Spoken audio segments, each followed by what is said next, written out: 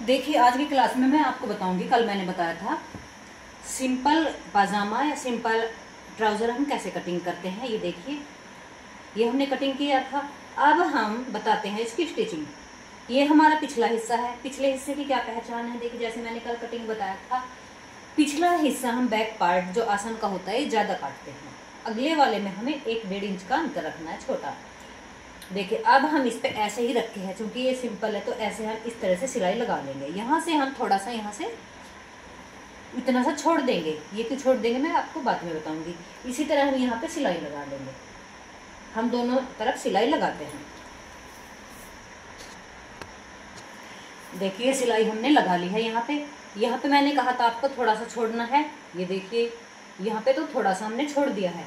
ये क्यों छोड़ा है हमने, ये अभी मैं आपको बताती हूँ। इसी तरह आपको पैंट में छोड़ना है जब आप पैंट की सिलाई करते हो।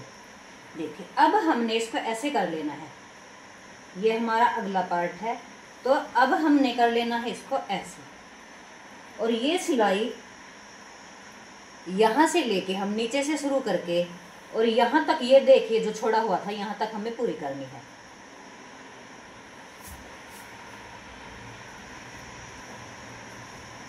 इस तरह से हम ये पूरी कर लेंगे।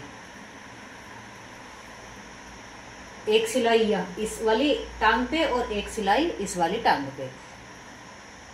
ये सिलाई यहाँ तक लगाई हमने और दूसरी सिलाई हमने लगाई यहाँ तक।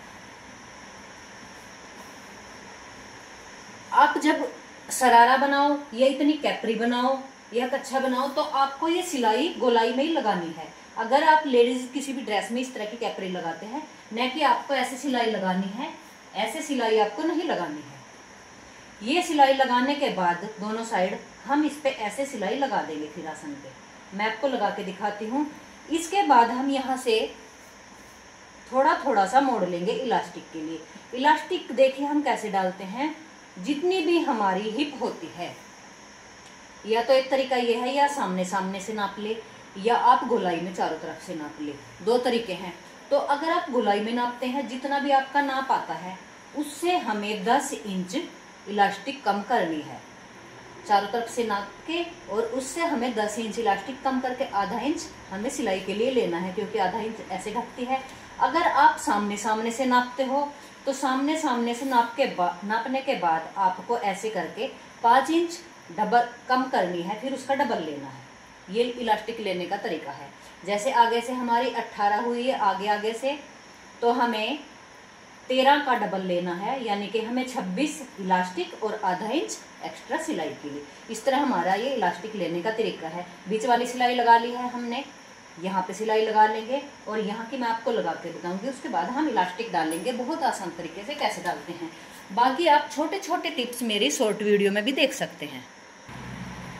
दोनों साइड सिलाई हम टांग पे लगा रहे हैं। देखिए इस तरह हमारी ये बीच में है, यहाँ पे सिलाई आ गई है। इसी तरह हम दूसरी साइड से भी सिलाई लगा लेंगे। देखिए लग चुकी है दोनों साइड सिलाई। अब हम ये बीच वाली ऐसे सिलाई लगा देंगे।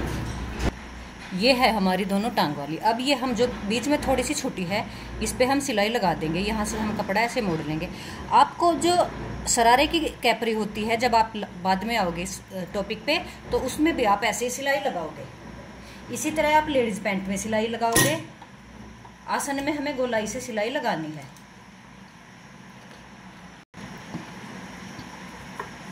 ऐसे ये गोलाई में सिलाई हुई।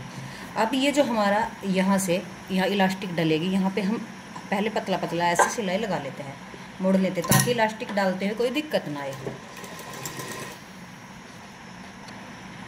इलास्टिक पे हम इस तरह से सिलाई लगा लेंगे, क्योंकि हमें बिना बेल्ट का पाजामा बनाना है। गोलाई में इलास्टिक डालना है, पक्का कर लेंगे। एक हमने इस तरह की लुप्पी बना ली है पतली से। ये हम आगे लगाते हैं, ताकि ये हम तब लगाते हैं जब आगे बेल्ट ना हो। इससे पहचान रहती है ये पैंट का अगला हिस्सा है या पिछला है। ये हुआ। एक निशान हम लगा लेंगे पीछे।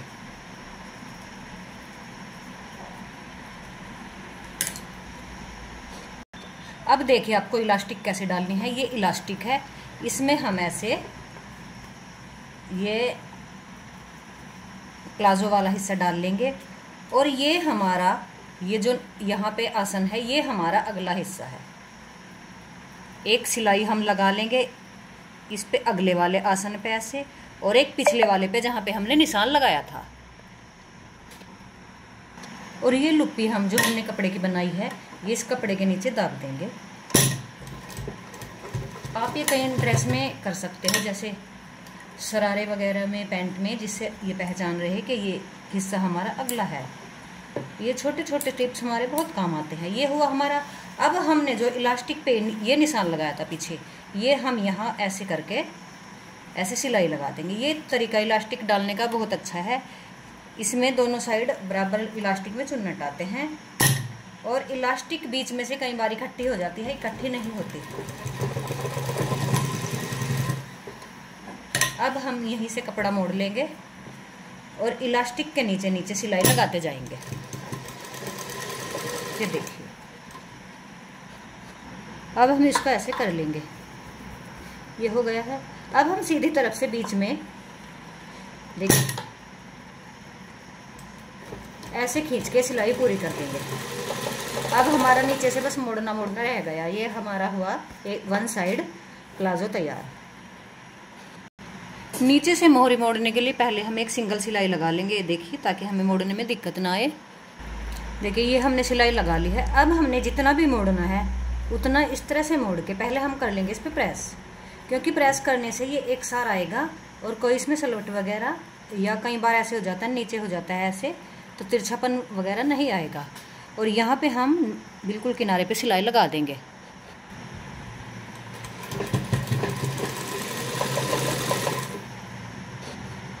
और इस तरह हमने कंप्लीट कर दिया है ये वन साइड सिलाई वाला प्लाजो तैयार। देखिए कितनी फिनिशिंग आई है। सिर्फ इसको सिलने में 15 मिनट लगे हैं। देखिए इस तरह से तैयार हो गया है। ये जो हमने लगाया, तो देखिए ये भी आपको बता दूं मैं, ये हमारा क्या पहचान है अगले पिछले हिस्से की। ये देखिए ये यहाँ पे इतना फर्क हो जाता है। इससे क्या होता है, ये बीच वाला हिस्सा हमारा जब हम चलते हैं तो बीच वाला ये उठता नहीं है चलते हुए। तो आप भी जरूर ट्राई कीजिए और सीखते रहिए, बैच में बने रहिए।